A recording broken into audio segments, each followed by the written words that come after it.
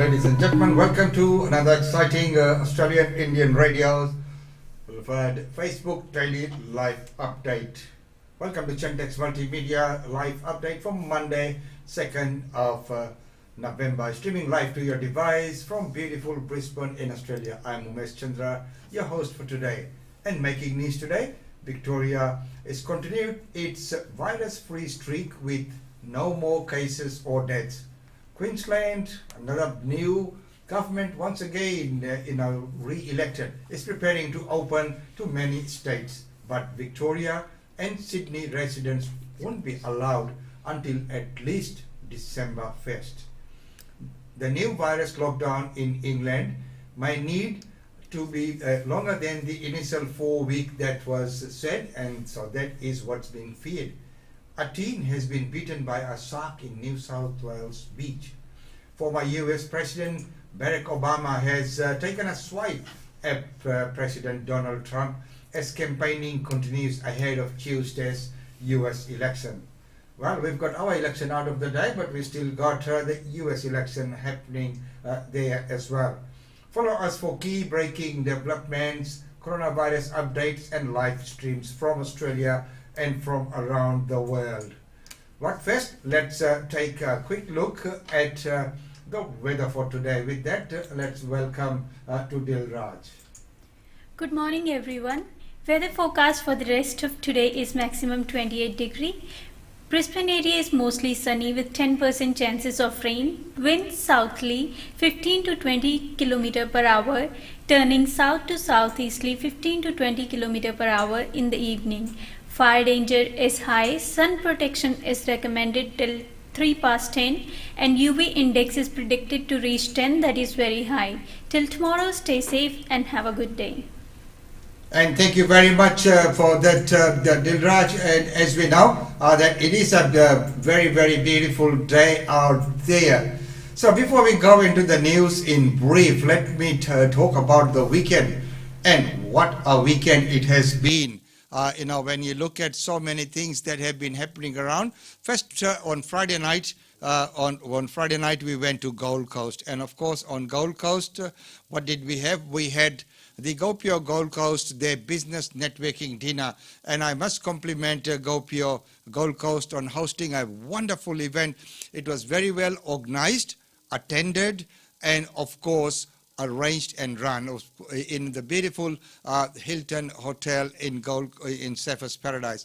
Let's take a glimpse of the proceedings of the night at GoPure Gold Coast's business networking dinner. Engaged in promoting the well-being of people of Indian origin and enhancing cooperation and communication between the Indian diaspora around the world. As GoPure Gold Coast, we hope to provide a platform for Indians in Gold Coast to grow, connect, and expand their social, business, and professional networks and contribute to the community at large. I will now hand over to Priya, who will give us a bit of an overview of what we can expect for this evening.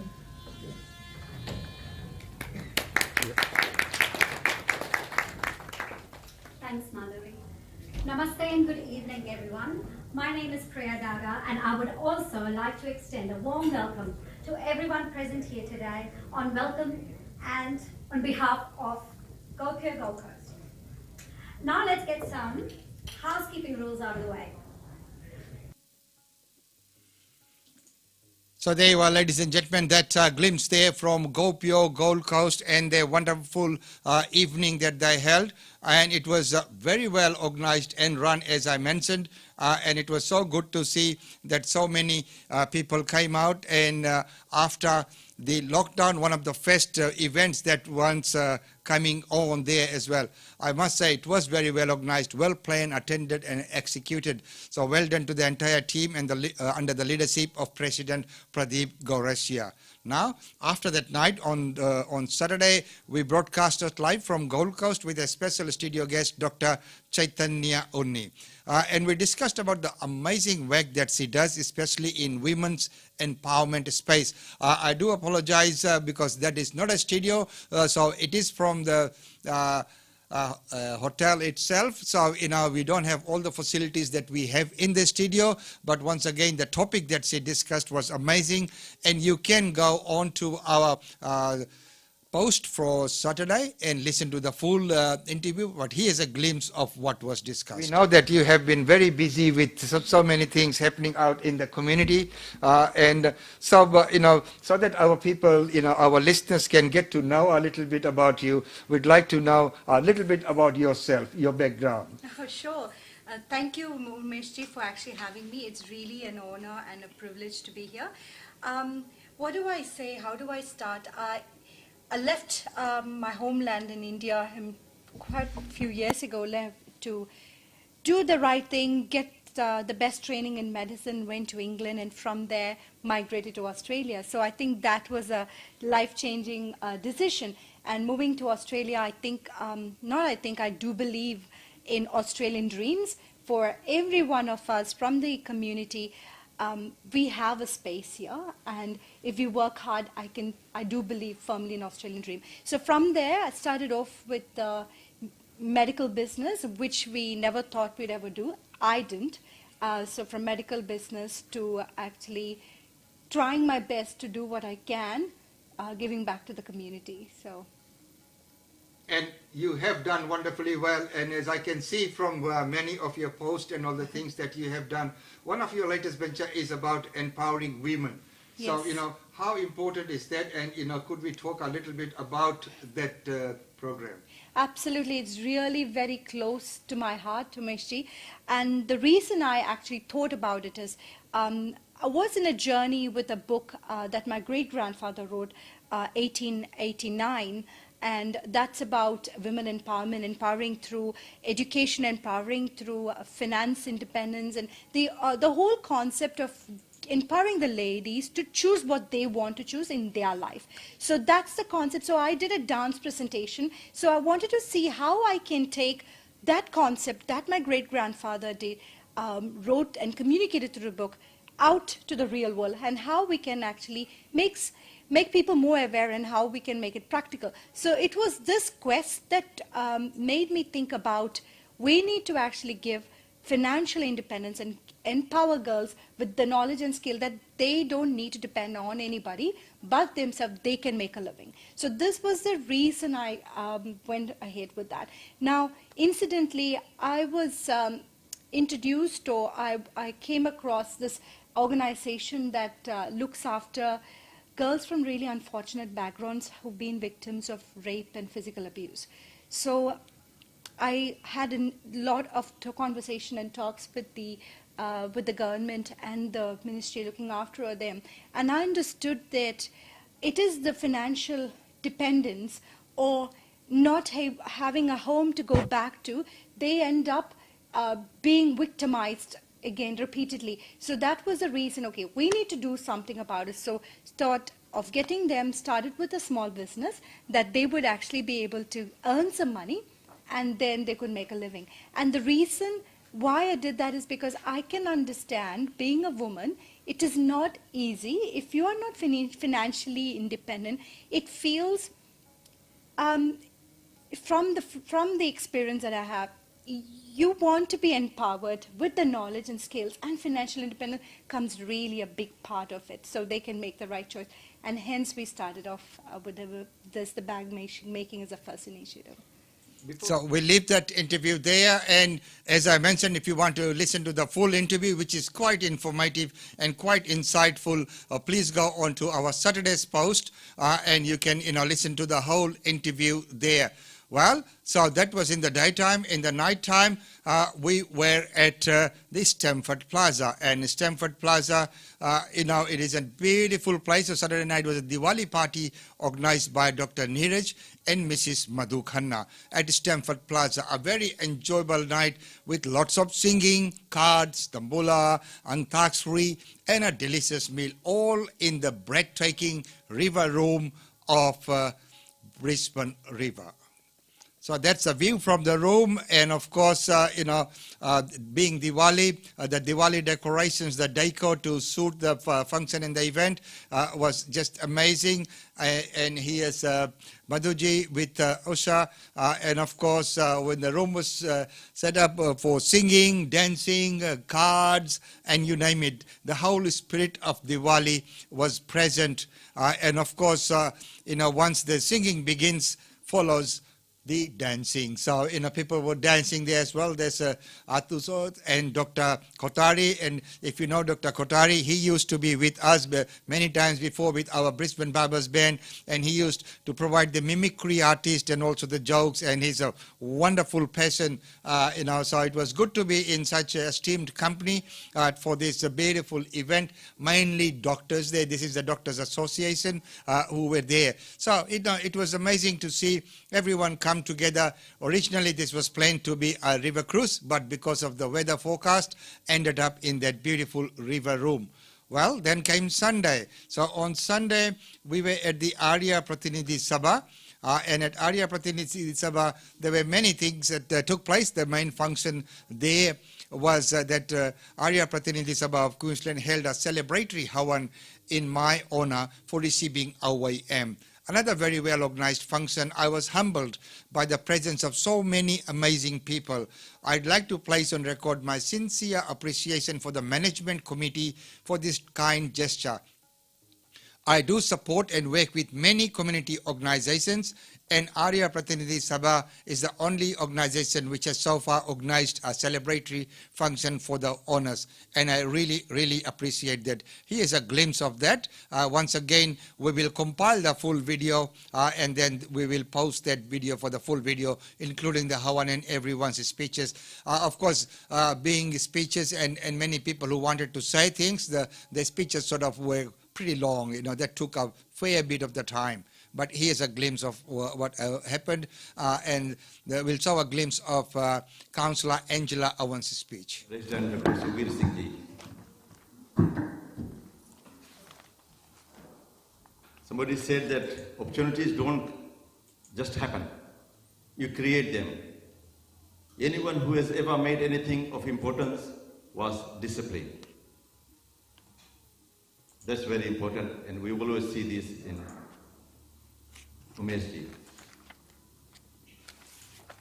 Ladies and gentlemen,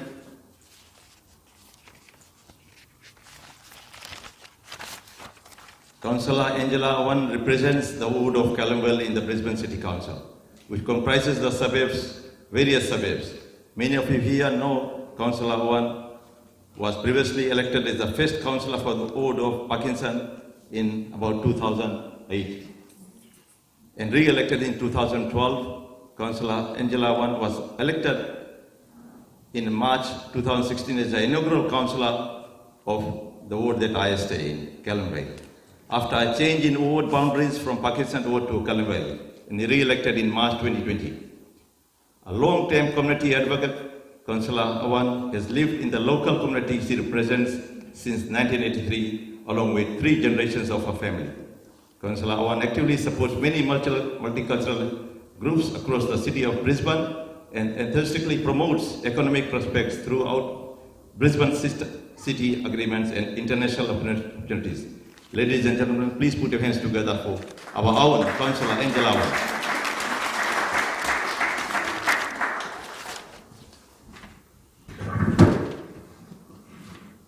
Thank you. Namaskaram, everyone. And it's fantastic to be here today, to see you all in person and to experience the peace of the Queensland Vedic Centre once again.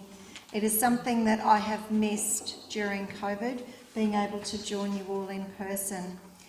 Today we are here in a somewhat belated way, but that does not take away from the importance of recognising the auspicious honour that our wonderful friend Umesh Ji has been awarded the OAM. And just like many of you, I regard Umesh and Usha as my close friends. Over many, many years now, over probably about 13, 14 years. I have come to know Umesh and Usha in so many ways, and had it not been for a lot of the contribution that Umesh put in just before the 2008 election, we may not have a sister city in Hyderabad. So on Tuesday in the council chamber, I actually spoke about the 10-year anniversary of the sister city with Hyderabad.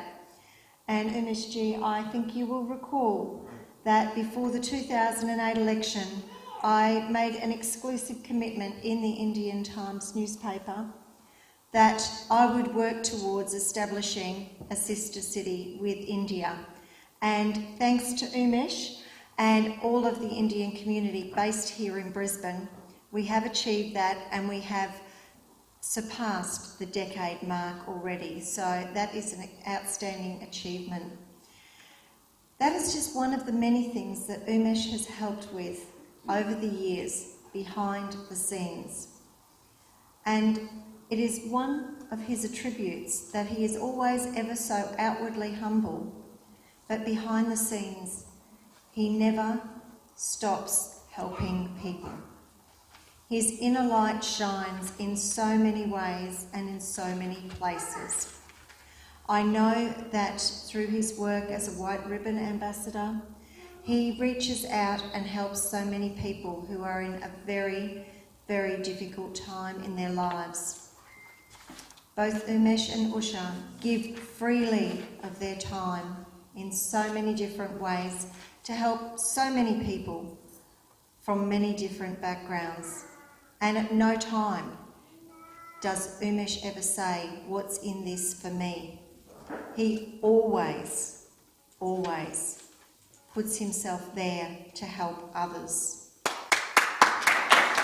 So we'll leave that there, and it's wonderful, so I was so humbled, as I mentioned before, with so many wonderful people and everyone there coming up with such wonderful speeches, and I was especially moved by the speech which was supposed to be delivered by my lifelong friend, Dharmen Chand, but Chandra, he could not come because he was in hospital, but the speech was delivered by Alice, and that was very heartfelt, very, very moving from someone who has known me from childhood. And we, spent so many childhood memories together. Then we were in Chandigarh together for a long time. So all the stories and in the manner that he put forward was just amazing.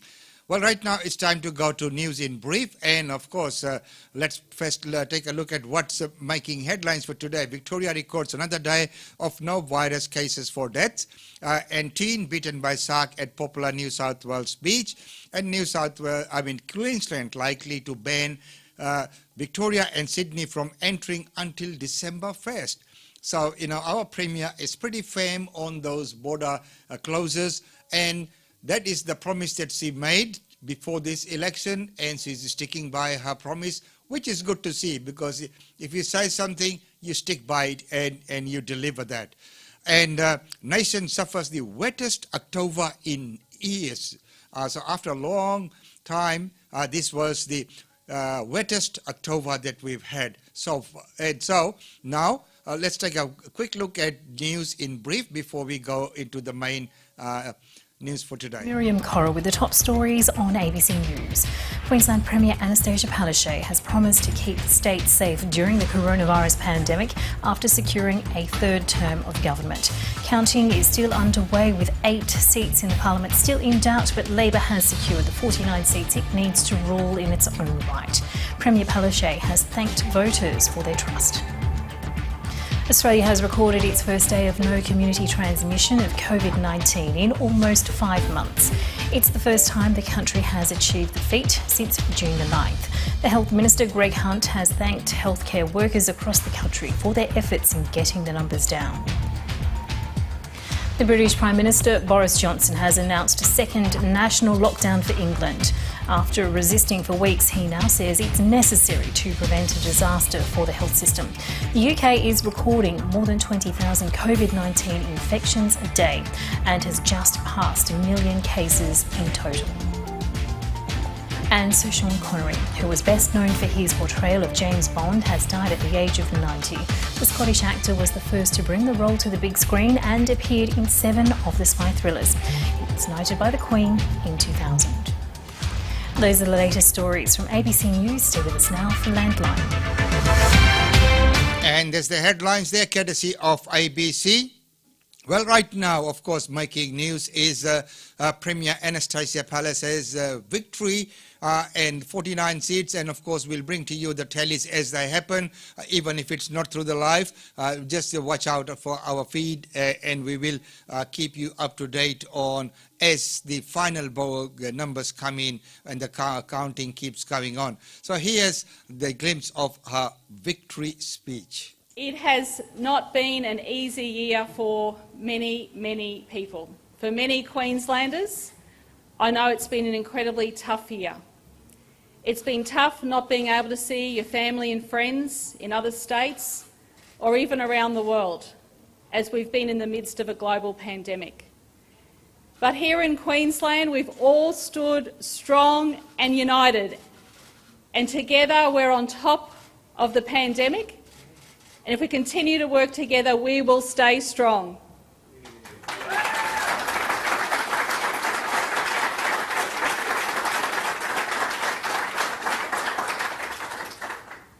I grew up a few streets away from here, and as a young child, education was important and family was important. There's nothing more important than family. There's nothing more important than the dignity of work and people being able to get up every morning to be able to provide for their family. And this year has been tough because of COVID. Many, many people have lost their jobs through no fault of their own. And I know that during this election there are many people out there in Queensland who have voted Labor for the very first time. I thank you from the bottom of my heart, and I will return that respect every single day. So there you go, Premier's speech there, and while on the same token, on the same note, Deb Fracklinton's, while she concedes victory, let's see what she had to say. I'd like to congratulate Anastasia Palaszczuk on her victory tonight. Now, I may not agree with the Premier a lot of the time, but I respect her as an opponent and as the leader of our state. But most of all, I respect the voters of Queensland. And we are so privileged to live in this democracy. Now, Queenslanders have made their decision, and I thank each and every one of them for voting and for upholding our democracy. This decision is respected by the Liberal National Party, and I am so proud of the campaign that we have fought.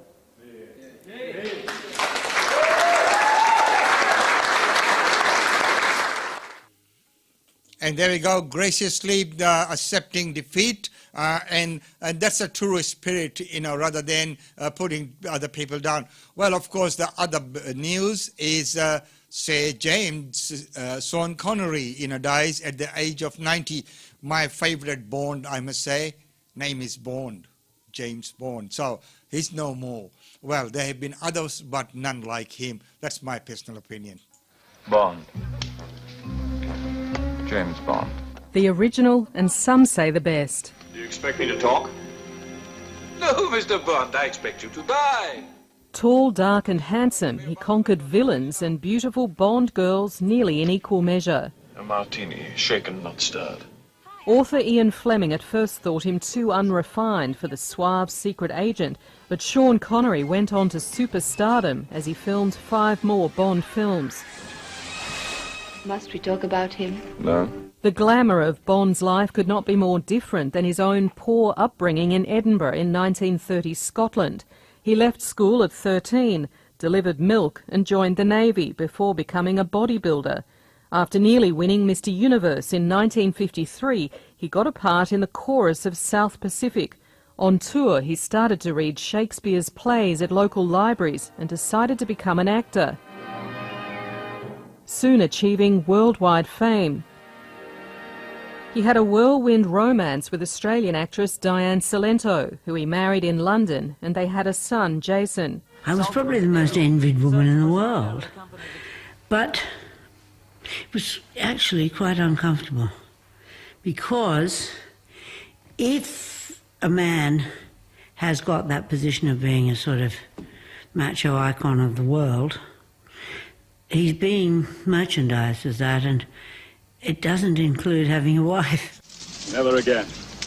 The marriage ended in 1974, and after 7 Bond films, Connery was desperate to shake off the character that made him a major star. He nearly died while filming an underwater scene in Thunderball.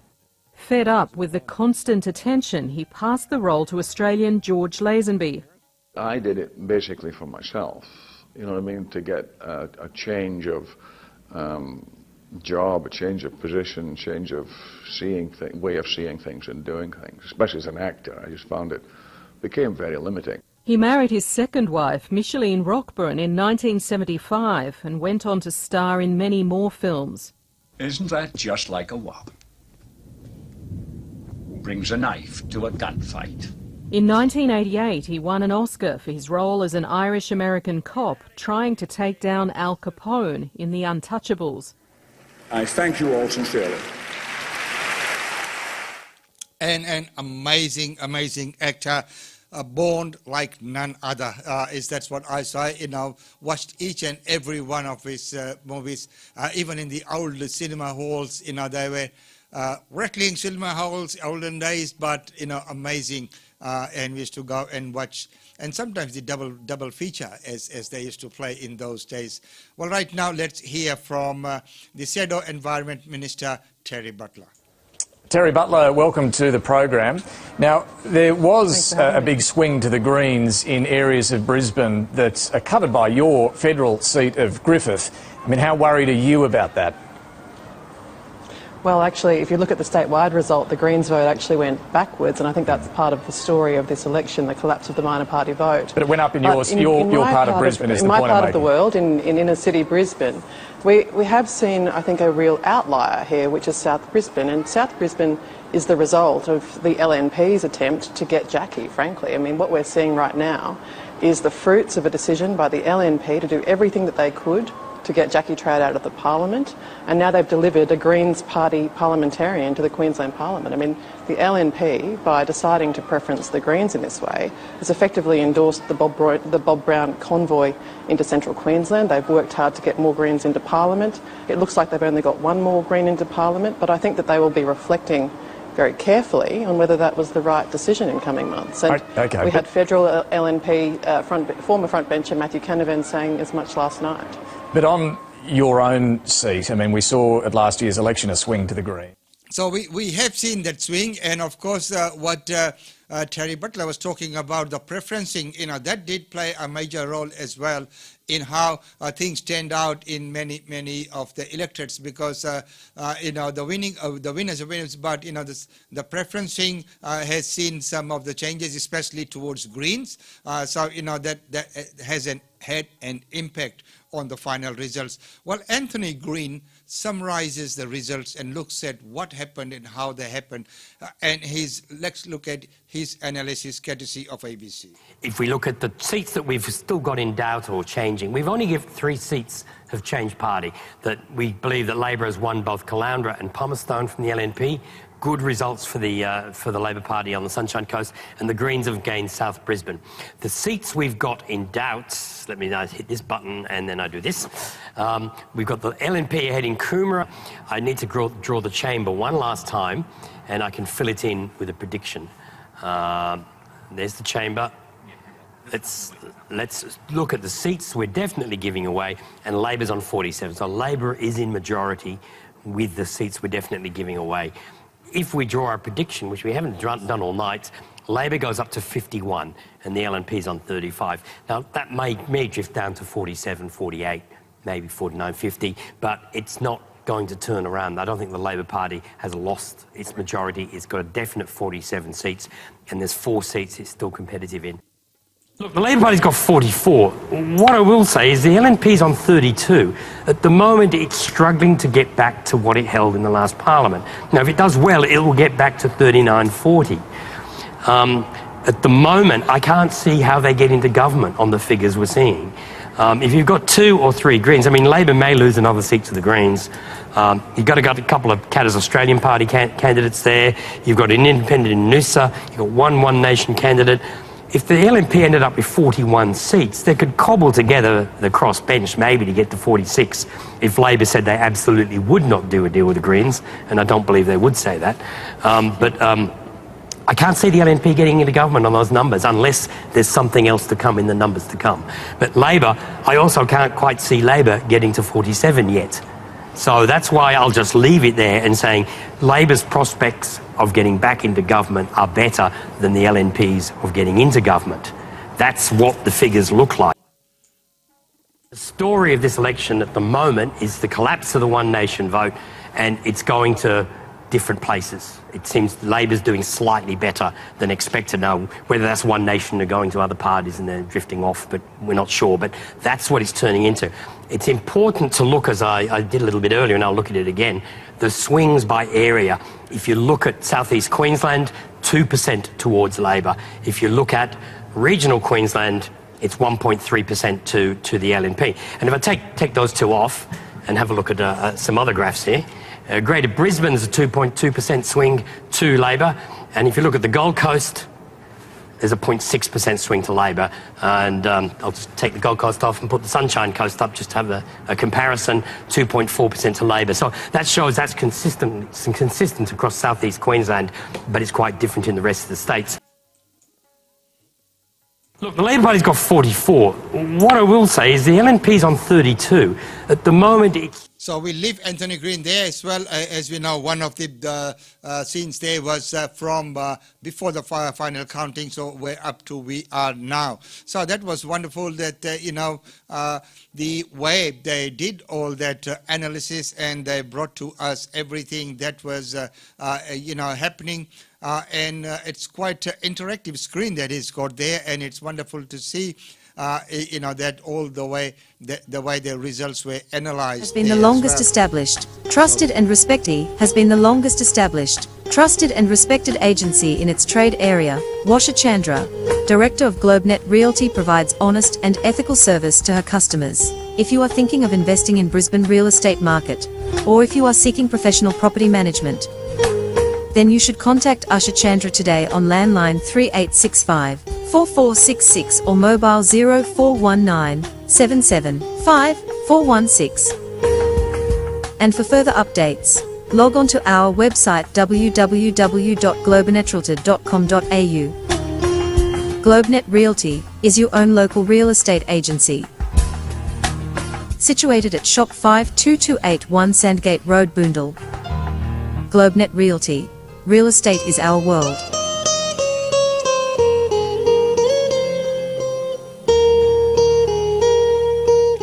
GlobeNet Realty, yes, real estate is the world. Talking about world, let's now go to some world news. And another typhoon is threatening Philippines days after at least 25 people died and another 2 powerful storms. Here's that coverage.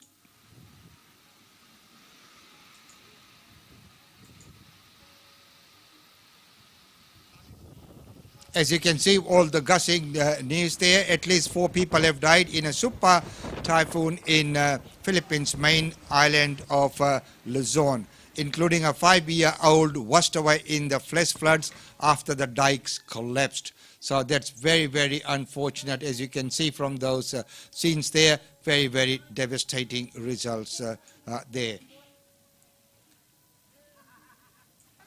And that's the second one to hit, in a matter of days.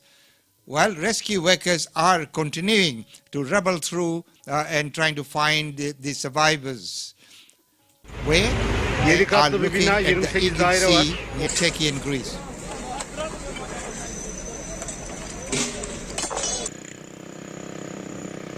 Now, this is following at the shallow earthquake in the Aegean Sea, which caused a major damage to the coastal areas of Turkey and Greece.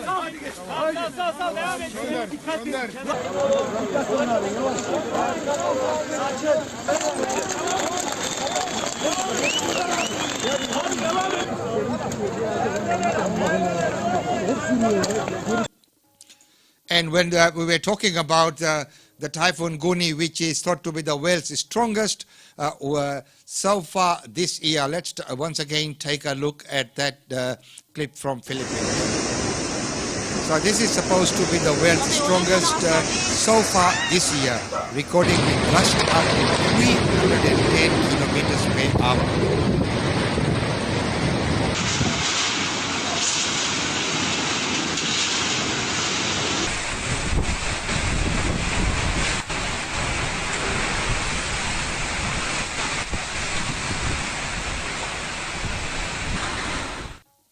And the next news, we go to Quebec. 2 people were killed and 5 wounded after being stabbed by a man dressed in medieval clothes and wielding a sword in Canada's Quebec City.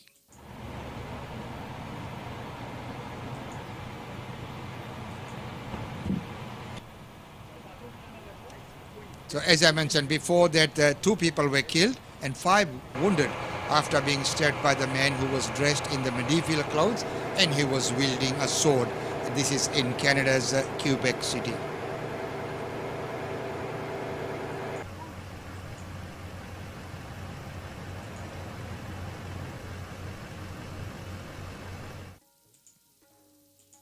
So those scenes there, and as we know, these scenes are disturbing to some people. Well, right now, let's go to the White House and let's take a look at what's happening right there.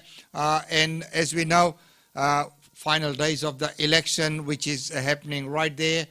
So the White House and as the 2 United States presidential election looms, Donald Trump and Joe Biden are thrown in the dark and twisted by world of 2019. The lighthouse stormy seas ahead.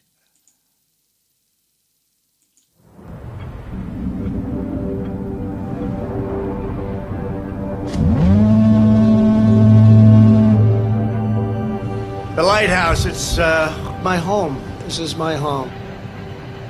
I always say, the greatest graveyard in the world for birds. You will see more dead birds than you will ever imagine. Hey, let's have dinner. The words of a president matter.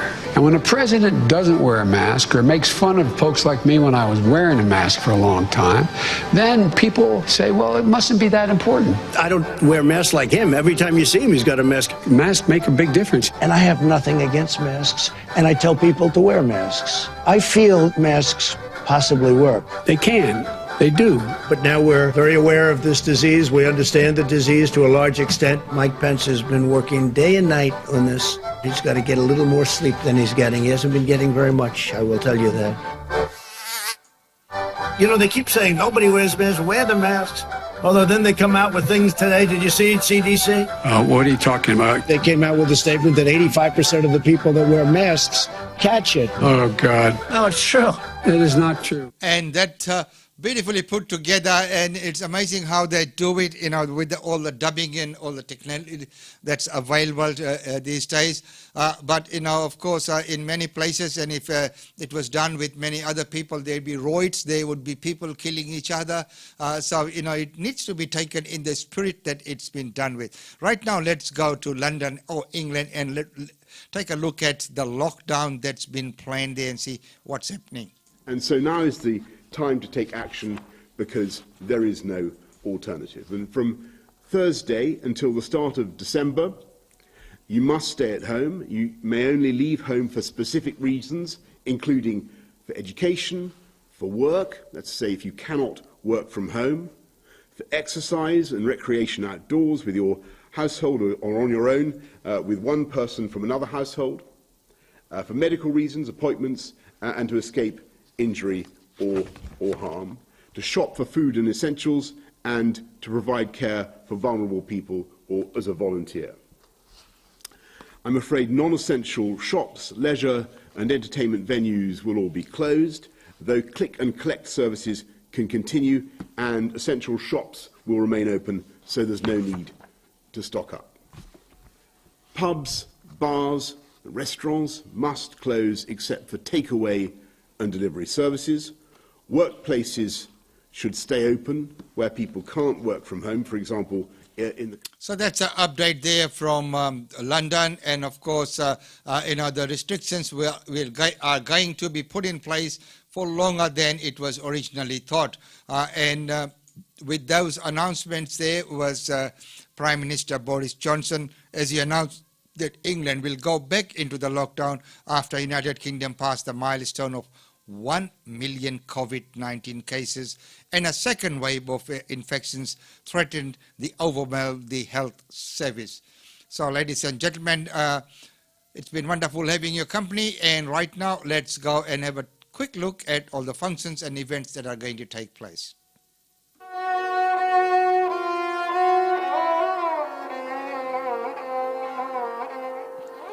And don't forget that a lot of functions are taking place virtually still.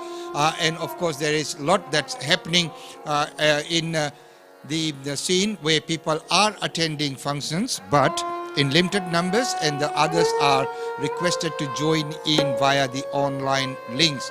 So, some people will be at the functions and events physically, and others will join in via the video links.